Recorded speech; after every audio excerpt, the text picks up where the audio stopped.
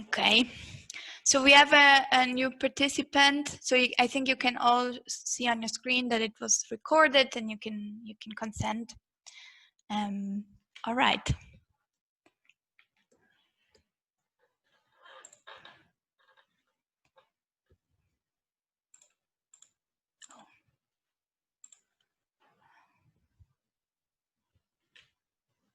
Jetzt habe ich es wieder ausgemacht.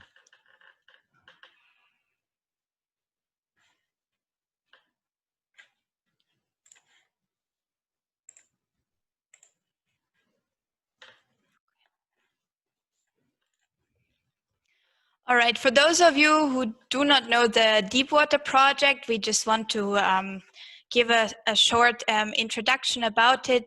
It's an Interreg project, and it's funded under the Cooperation on Natural Cultural Resources for Sustainable Growth in Central Europe, this fund. And the title is Developing an Integrated Implementation Framework for Managed Aquifer Recharge Solutions to facilitate the protection of Central European water resources endangered by climate change and user conflicts. And what this is supposed to mean, we have 4 work packages. So the first one we're dealing with and what we are presenting right now is the development of the transnational knowledge base. So we have collected good practice examples and did a benchmark analysis of managed aquifer recharge in Central Europe.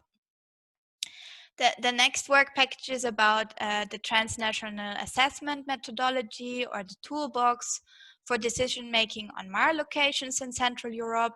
And here we are working, here we will present this part in our second training, which will be the third session of this webinar. And what is to come? So we have also a third and a fourth work package, the work package on the feasibility assessment of MAR schemes in Central Europe, where we will implement 4 pilot sites. And we will also develop some policy recommendations and national action plans later on in the fourth work package. And we will for sure also have training sessions about that, so you're really welcome to join them as well in the future. And in the moment, Arno and I are the work package leaders for the second and the third work package. And in the moment, we are working on the third work package. What is maybe the interest of the Technical University of, or the representation of the hydrogeology chair that Arno and I are working for? So in this project, we're trying to use, we're trying to categorize water and water availability and the flow in the unsaturated and saturated zone. We are also interested in investigating the aquifer vulnerability, for example, the pollutant fate, and if possible, it would be also great if we can do some work in the area of water purification potentials. Therefore, we would like to use stable water isotope measurements that we will do at the pilot sites of this of the Deepwater project, and we are thinking about using some numerical models and even maybe stochastic or statistical methods to interpret these measured data further.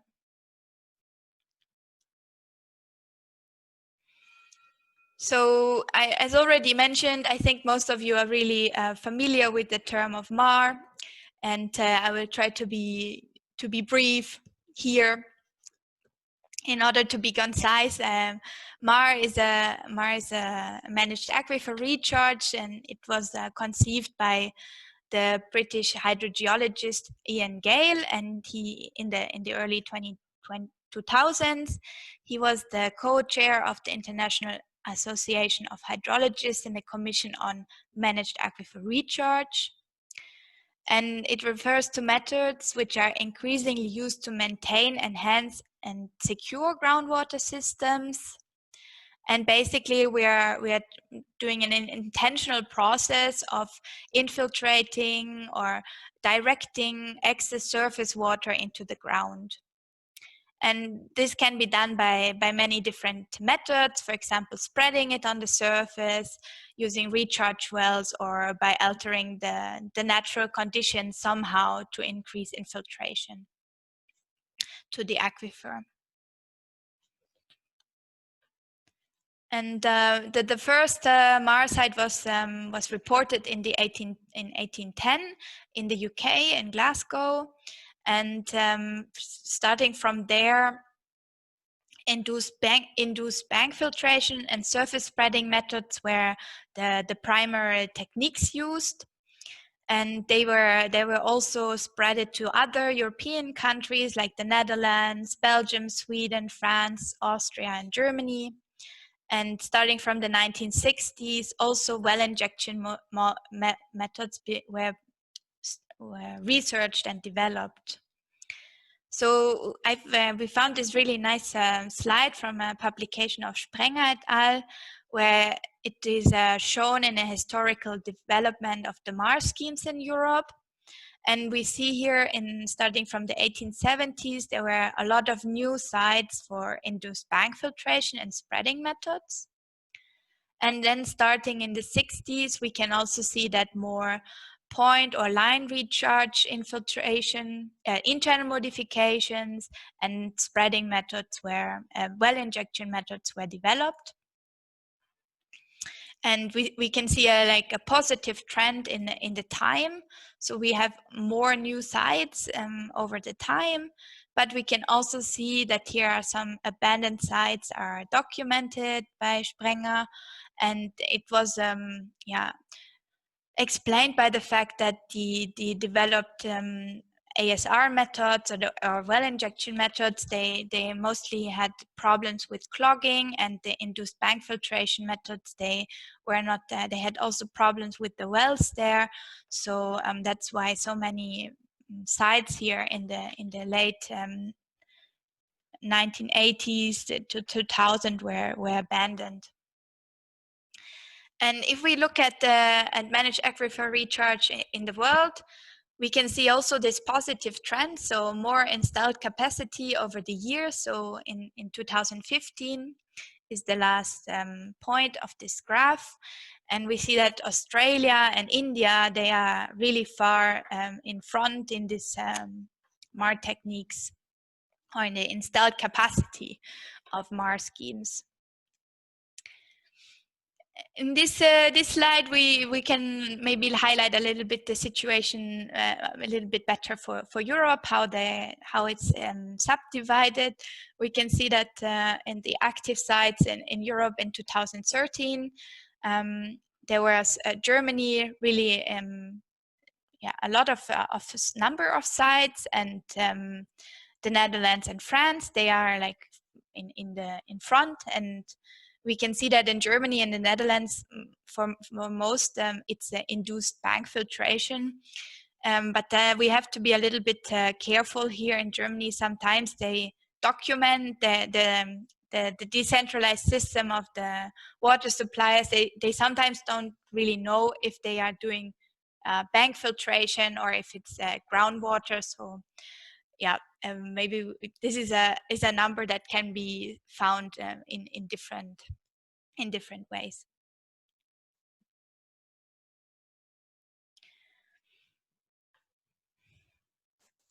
So why do we apply MAR schemes or managed aquifer recharge? So basically, we can characterize it in 3 points. We can increase or enhance the water quality by, for example, using the filtration potential of the subsurface, or we can reduce the concentration of geogenic pollutants by infiltrating more water. So the water quality can be a target why we need managed aquifer recharge. Also, we can use managed aquifer recharge to enhance the water quantity. So, for example, if we do not have enough water for all over the year, We can store the water in the aquifer for future use. For example, if there's a period of heavy rainfall where we don't need to use all this water.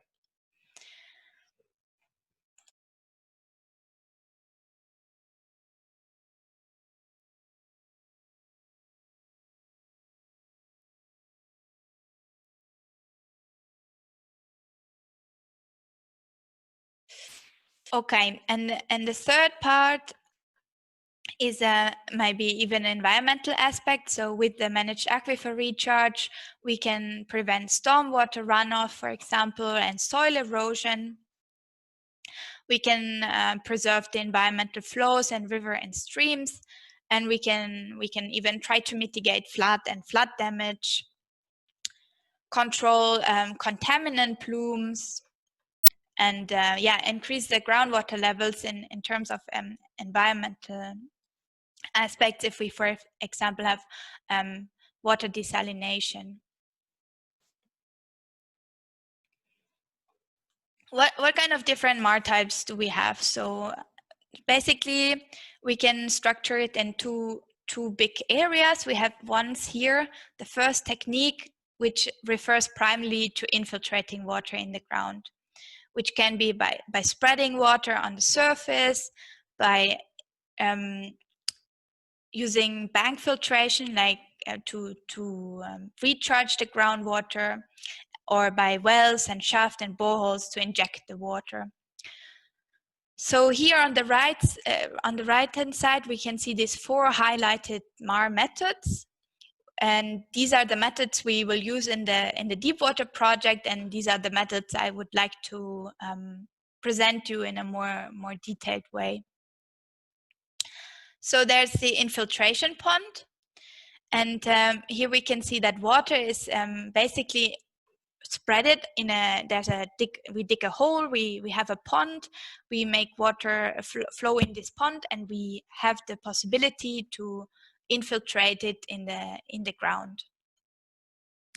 The advantage of this method is that most of the times we have large quantities of water that can be infiltrated, and we have low costs.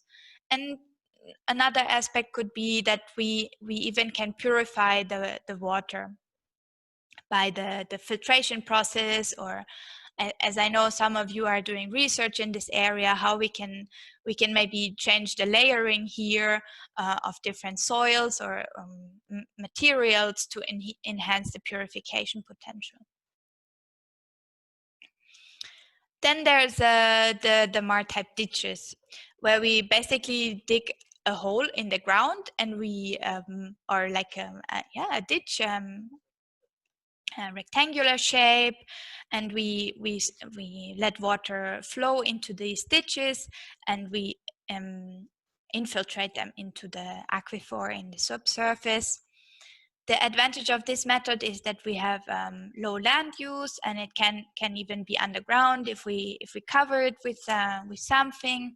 And also here we have the water purification potential, because something will percolate.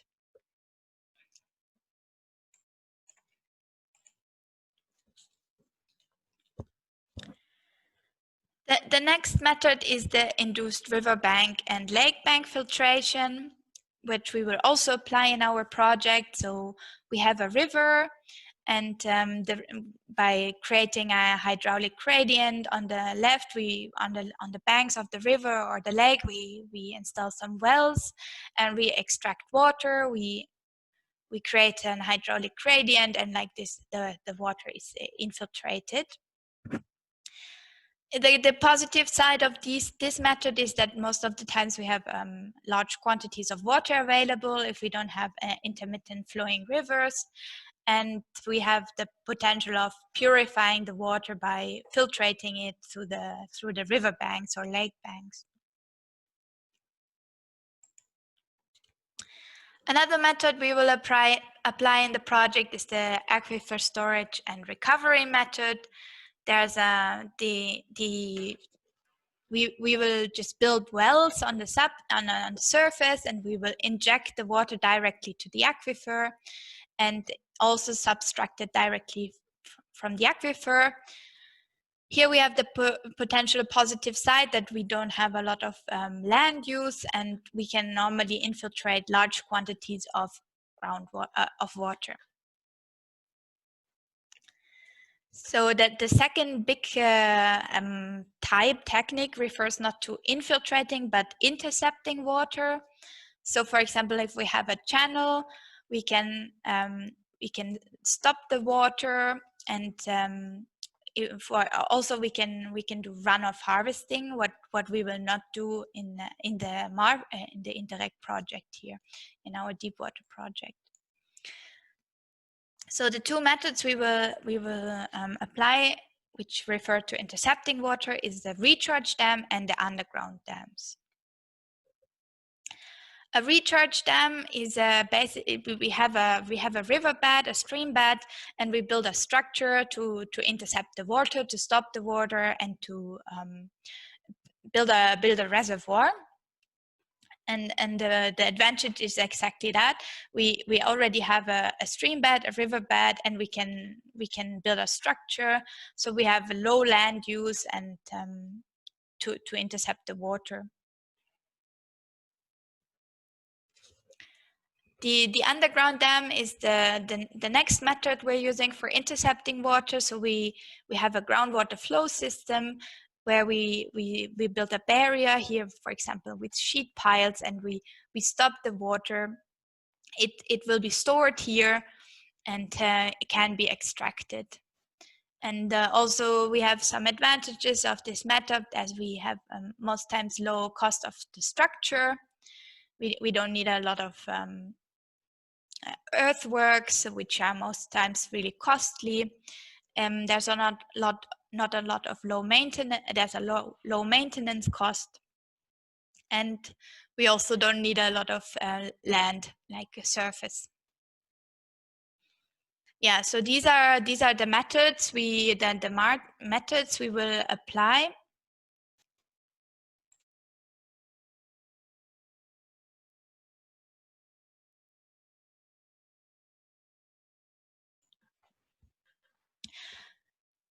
These are the methods we will apply in the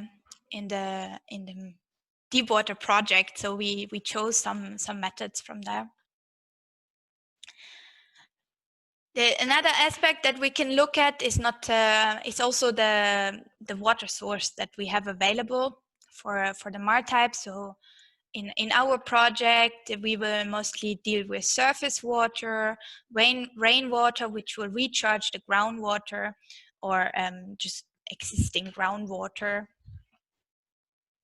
Further methods could deal with stormwater or reclaimed water. So here we would need to deal with maybe pre-treatment and post-treatment of the water before we inject it into the aquifer, in order to maintain the water quality and not to pollute the aquifer. This aspect we will not deal with in the deep water project.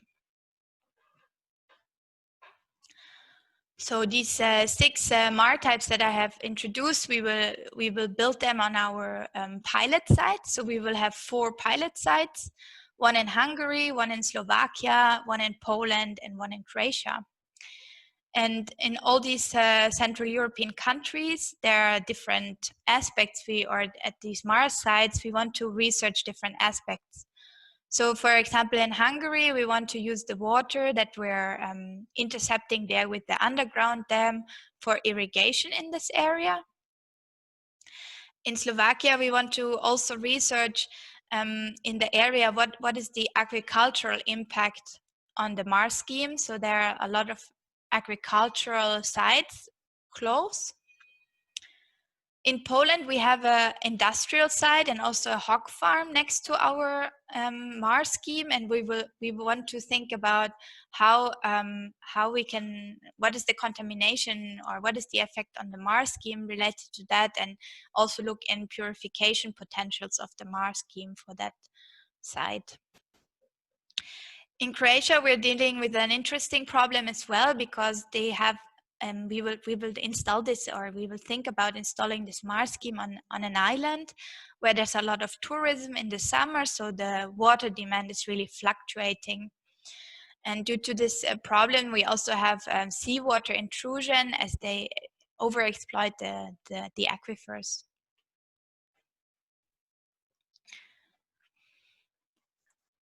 This slide I put in to make you aware that in the countries of the partners in the Deepwater project, groundwater is a very important source for public water supply.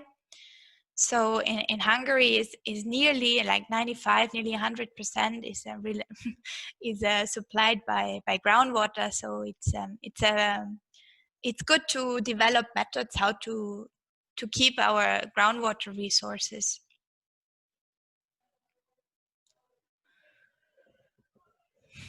Yeah, so this was a little bit an overview of what is there, what is out there, what is called MAR, what are the types of MAR, why do we apply it?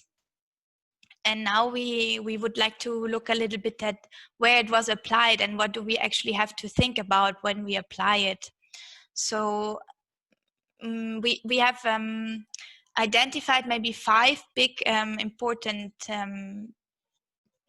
aspects and factors that influence the feasibility and the performance of managed aquifer recharge site. So we are looking at the hydrogeological settings. So how does our aquifer look like? What is our groundwater situation? What's our hydrological situation there? And we're looking also at climate aspects, so this part.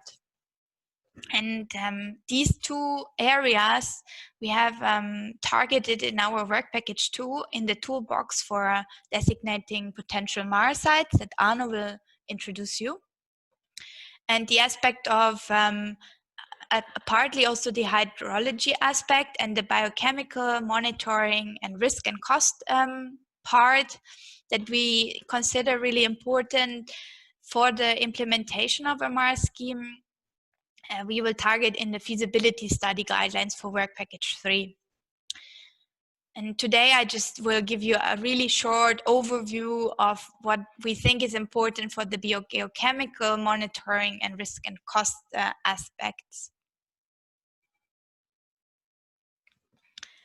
So if we are infiltrating water in the ground, we have to deal with geochemical and microbiological processes that happen in the unsaturated zone.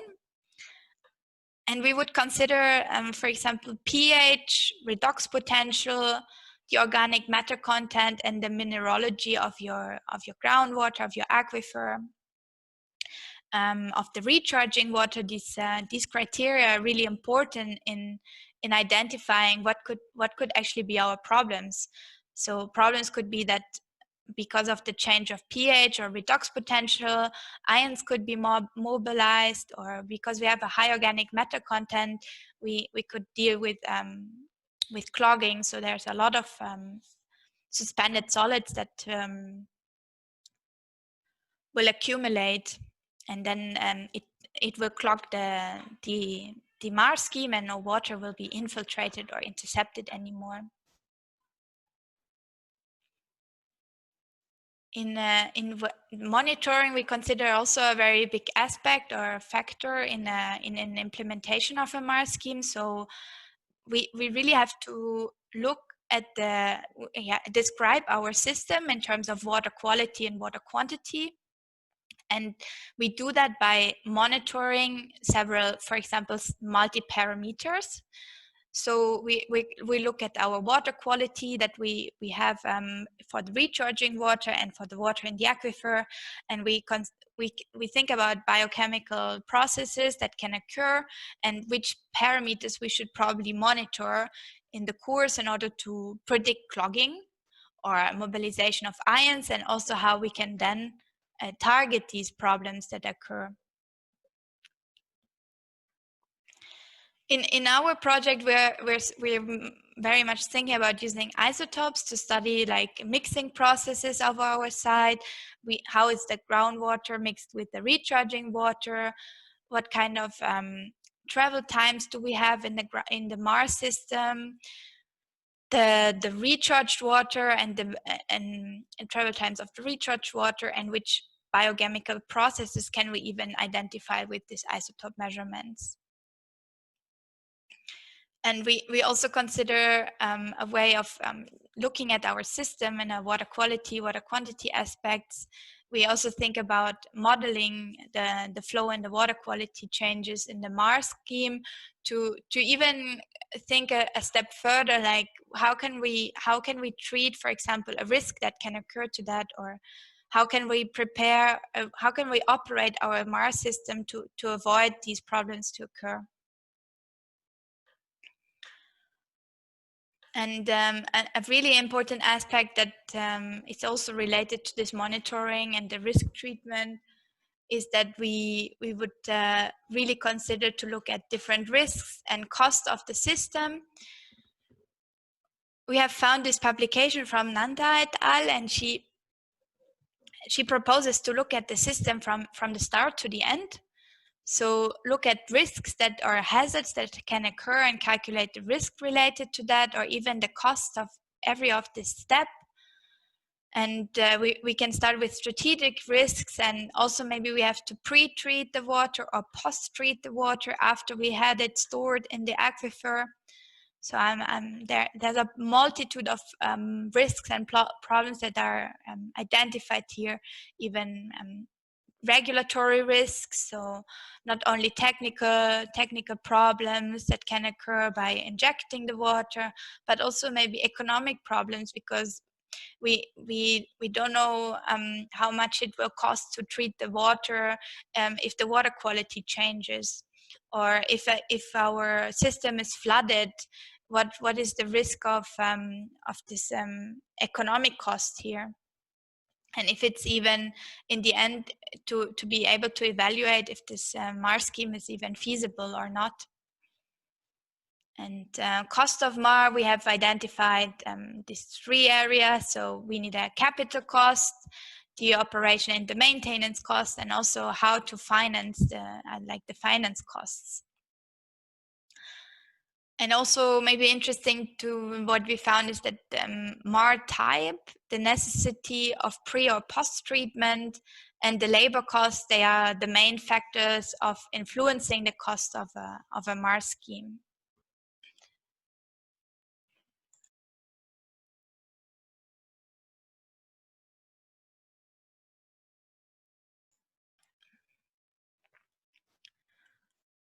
Yeah, and here we found this really nice publication of Ross and Hasnain, and they tried to show us a little bit in terms of US dollars how much the cost per recharge cubic meter is. And we see that they separated between natural waters and recycled water. So we have the infiltration basin and the recharge well as a method. And generally, we see that there's recycled water. So if we need a post or pre-treatment, the MAR scheme is more expensive than if we use natural water. But interestingly, in this publication, it was shown that recharge wells with recycled water are less expensive than infiltration basins with recycled water. But if it comes to natural water, we can see that infiltration basins are cheaper than recharge wells. So that's maybe interesting to see. They also subdivided in capital costs and operation and maintenance costs, and then they levelized it.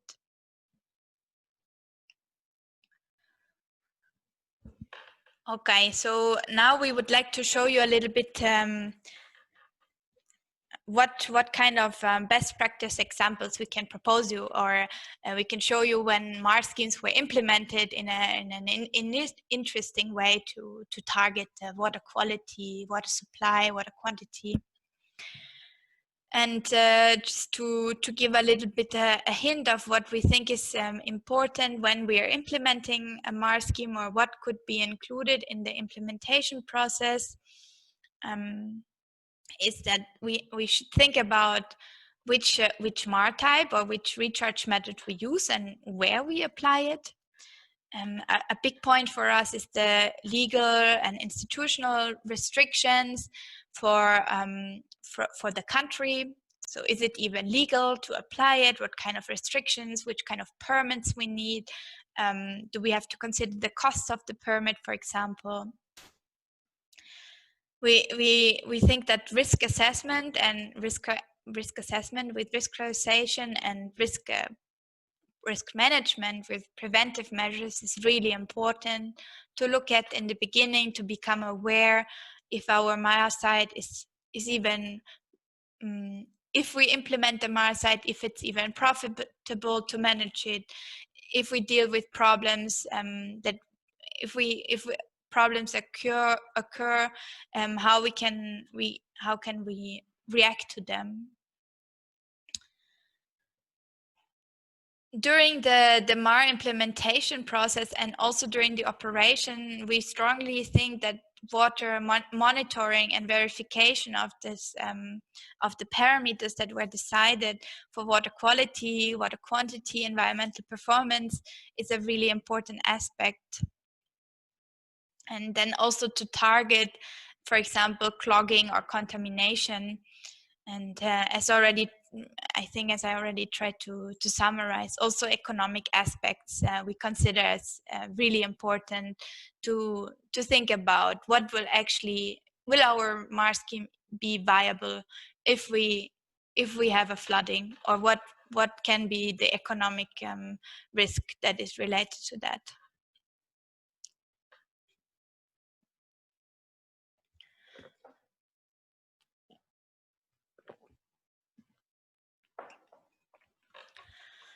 So now I would like to show 3 best practice examples we have identified, and I tried to separate them for different MAR methods. So here we can see a MAR scheme at the Lake Tegel in Germany, which uses infiltration lakes and ponds.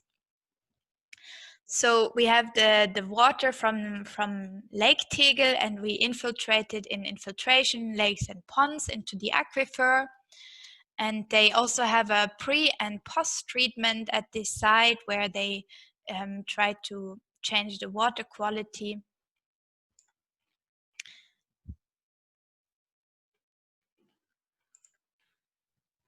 And the water is in the end used for the drinking water supply of the area. And interestingly, we don't have a very long residence time in comparison to the other MAR schemes that we will present. An approach in South Australia is a stormwater injection system. So also here we have a pre-treatment process. So they store the water. They even use a wetland for pre-treatment, aerobic degradation, photoremediation. Then they inject the water for 6 months into an aquifer, and they also use a post-treatment with ozonation, even like the 4th treatment step. So the water in total will take 12 to 15 months, and the end use is also drinking water supply. But we had a very much contaminated water in the beginning, we presume, because it was from stormwater effluents. Yeah, so we choose also a site to present you from India, because we saw in the graph before that India has a high application, or they apply a lot of MAR schemes. So here we see a rainwater harvesting system. They use infiltration ponds and dams in an area to intercept the water, and they use it for agriculture and irrigational purposes.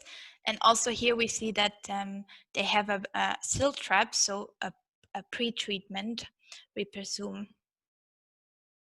And also here in this slide we can see very different variations in the water level in the dam or in the infiltration ponds.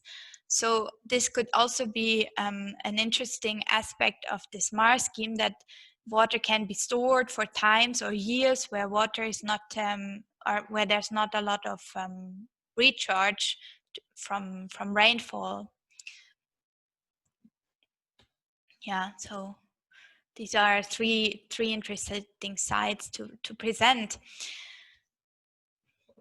And if we go back to the first slide that we saw in the beginning of my presentation, we have presented you now this first work package, the development of the transnational knowledge base, and we will continue in the second presentation with the development of transnational assessment methodologies. Yeah. So that's my part. Thank you very much for your kind attention, and we are open for questions now, if there are, if you have any.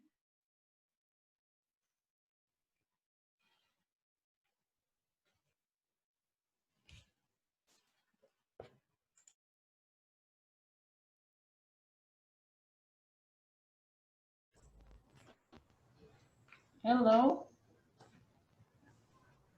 Hello. Thank you for your nice presentation.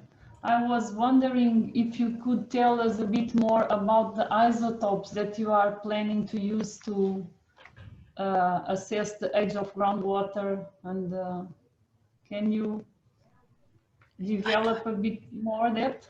Yeah, I give the word to my boss. He's the expert in that field. So. Yeah, well, there are different ways we are planning to consider isotopes. So the first is on getting an information on water flow. That means on water residence times. So there we are using stable water isotopes. That means looking at delta 18O and delta 2H in order to estimate mean transit times of water, and also to estimate the dispersion parameter to get an idea of the heterogeneity of the system. And we are also planning to look at nitrate isotopes in order to get an information on which nitrate sources there might be. And this we are especially planning for the site in Poland, where there is some industry, I think, industry which may release certain nitrate compounds, and at the same time, there is also an agricultural site. There are also probably nitrate is released by this agricultural activity, and here it's interesting to get an idea, or maybe to get an idea on which sources and which pathways might be involved here in this nitrate contamination. So that's at least what we have foreseen at this point. Anna, did I cover all so far?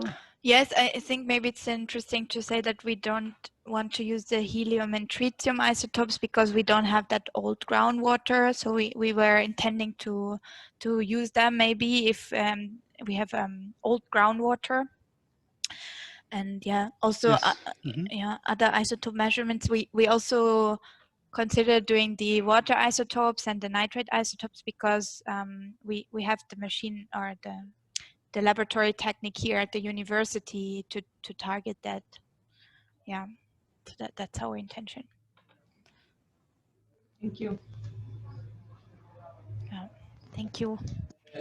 I was somehow interested. It's very interesting, the talk and the application, and I was happy to see the high volumes supplied by groundwater, like 70, 80 and more %.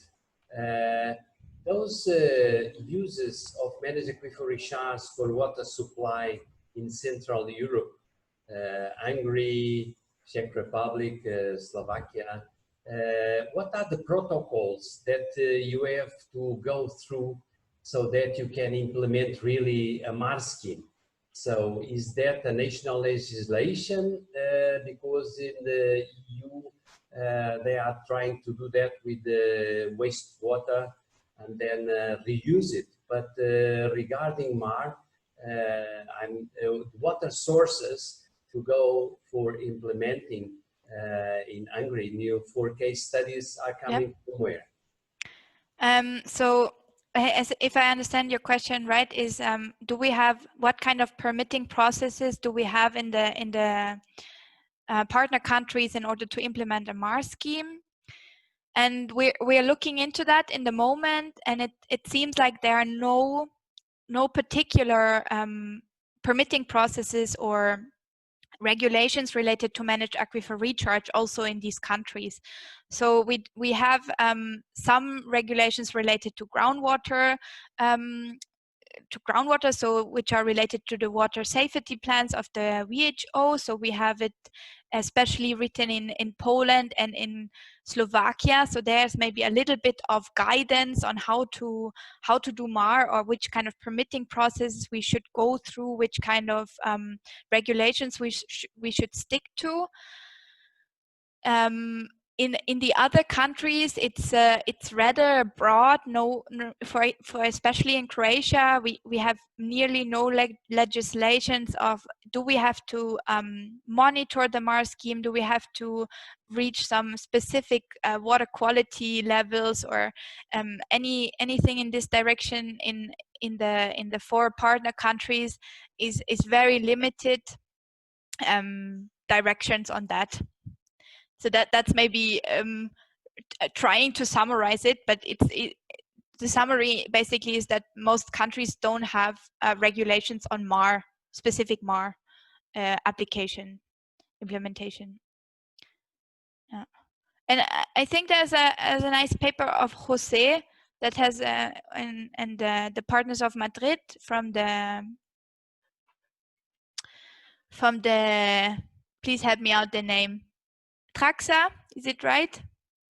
So they have they have published a paper on different MAR regulations that they could summarize so far, and in this paper we couldn't find any information about our partner countries neither.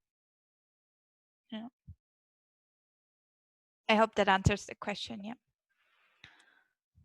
Thank you. Welcome.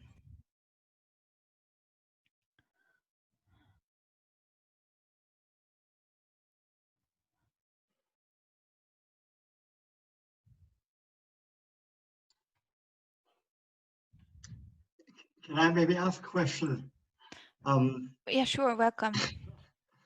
I was wondering, concerning the risk assessment, the monitoring, it's always, of course, good to have a model understanding of the mass side. And when you're talking about riverbank filtration or these dam structures, I have the feeling that sometimes this is more or less done on a trial and error basis, as it's very difficult to sort of model the flow field around the managed aquifer recharge installation itself.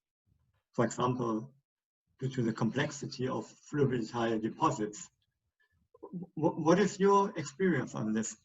Can you comment maybe on this? What your experience is? Yeah. So far we haven't started any modeling processes as far as I know. So this is also something planned for a later stage. We are also in the moment just thinking to model the infiltration riverbank filtration scheme in Poland that we're planning, and we're thinking about modeling the scheme in Hungary, but more on a conceptual level, where they will build a recharge dam. The modeling for Slovakia, they are thinking about doing this hydros model, right? Yeah. So also in Slovakia, they are wondering to do a hydros model, but it's not our area of research in the moment.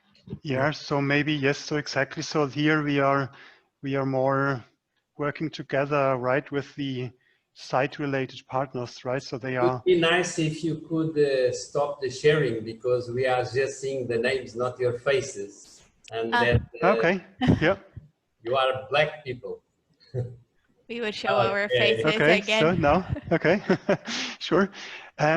Yes, so basically, right, so we are working together with the people, with the site people, as to say so.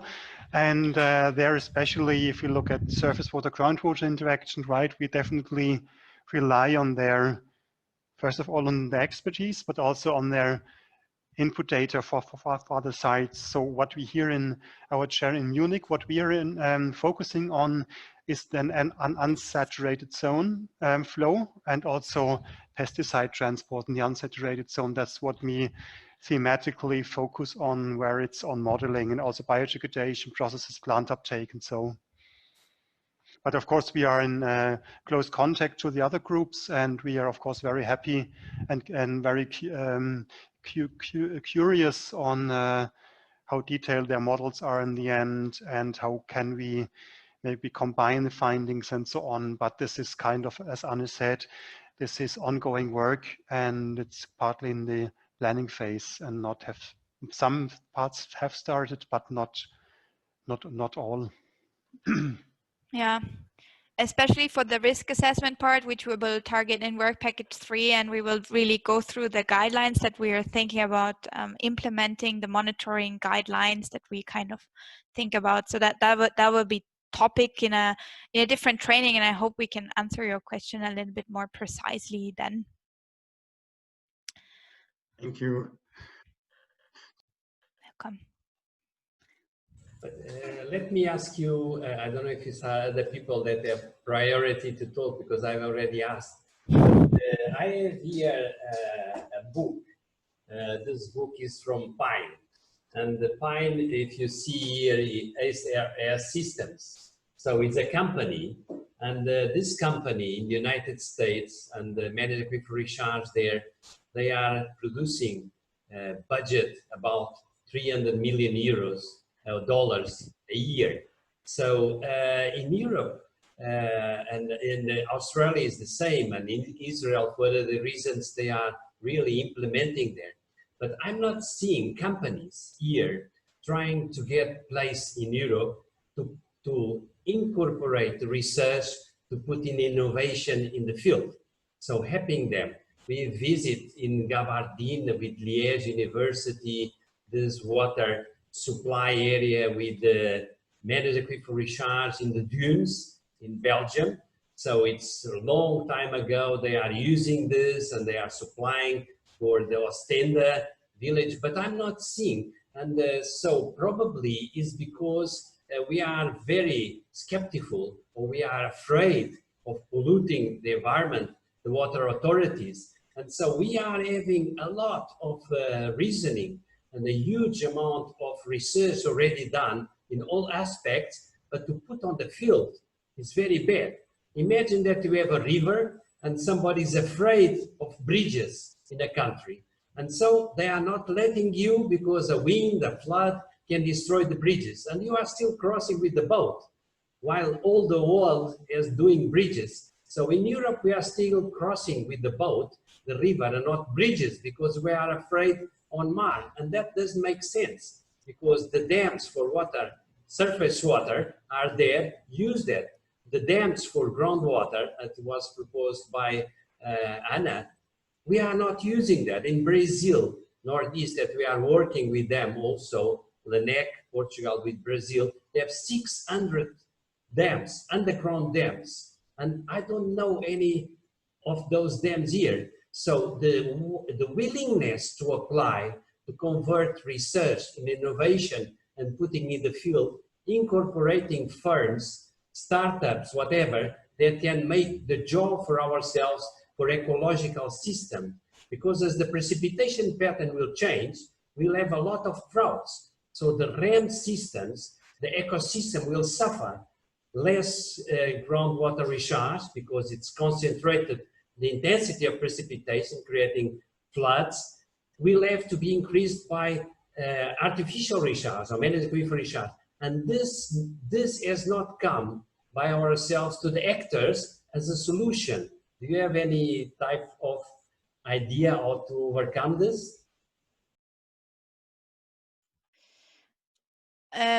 Personally, I could also just give my opinion, but I think we have some people here that are working maybe not only in a university, but maybe in a research institute, or maybe even in an engineering office.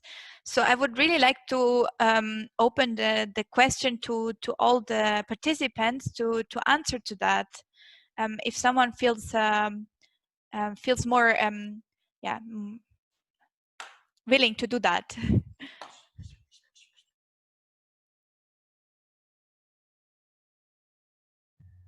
I will try to give an answer to Lobo, I think, which he described it, I think, nice. But this is, I think, the difference between the new world and the old world. In the old world, we were keeping the trying to keep and not harm. And in the new countries, Australia, United States, Israel, you mentioned, relatively there's nothing to keep. You have to build. So the incentive is first, let's make water, and then we'll think about keeping it in good quality, etc., etc. And that's why I think the new world is more in doing it, and Europe, where the water systems and the water rights and etc., etc., are there for hundreds of years. So it's more defending and keeping. But I'm sure it is a problem, and it's the same as a problem also in the United States and in Israel. That's the other way around. After the systems work for some years, we're realizing also the protective attitude has to come also. Yeah, interesting point of view. Thank you, Dani. Is there someone else that wants to comment on that?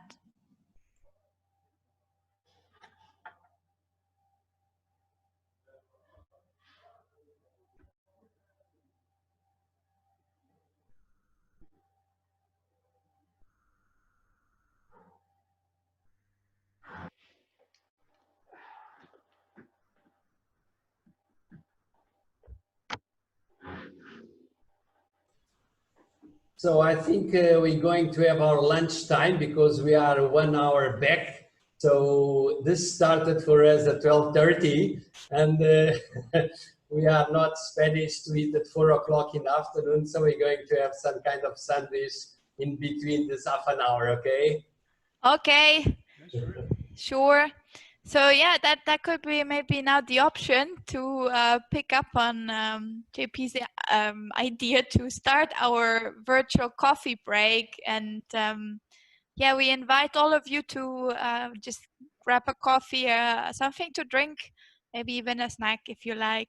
And I will use this function of breakup rooms of the Zoom, and you will be subdivided in smaller groups. I hope that we can manage that you meet new people, and Arno and I will try to join your conversations. And yeah, our intention is to yeah, start a little bit more the network option that we're kind of really limited in the moment because of the lack of like physical conferences.